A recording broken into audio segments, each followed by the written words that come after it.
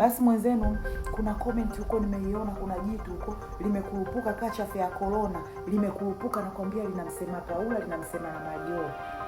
Eti huyo Paula unachezewa tu na huyo Mario, ataendelea kukuzalisha, kukuoa kuoi mpaka unazeeka, wewe utazaa tu, utazalishwa watoto hapo hapo, hautaolewa. My dear guys, aliyekuambia kuzalishwa ni kuolewa kwanza nani? Yaani aliyekuambia yule anayekuzalisha lazima akuoe nani?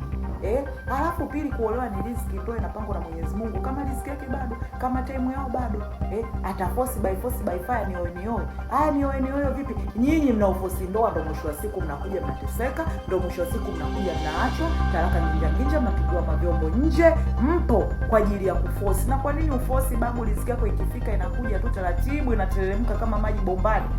Yaani kwa nini uforce? Unaforce vipi?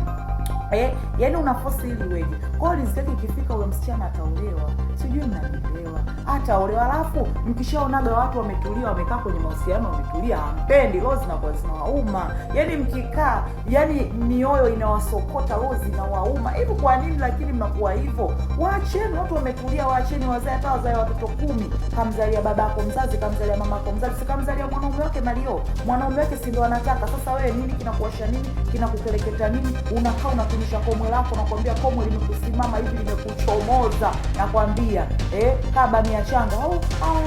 Akaendelea kuzaa. Yaani ile comment imenikera mimi. Alafu mtaka mchokoneni mchekelesha macho uchakuwa msemeni Paula na Mario, kwa sababu wao wenyewe wamekaa wametulia kwenye mahusiano yao. Nyie wamekaa wametulia kwenye mahusiano yao, nyie tena mnaanza chokochoko midomo wazi. Jamani, haya hatujawasikia, na wenyewe hata hawajasikia, ndo kwanza wanaishi, ndo kwanza mkoko unalika maua. Mupo labda mgeuze makalio yenu kwa nyuma muongee, huenda wakawasikia, lakini kwa kutumia midomo tu hawasikia. Labda muongelee pua. Binadamu amuishiwi maneno, anachezewa. Kamchezea babako mzazi, kamchezea mamako mzazi. Pelekeni makomo yenu huko mbele ovyo, kasupu ya magozi.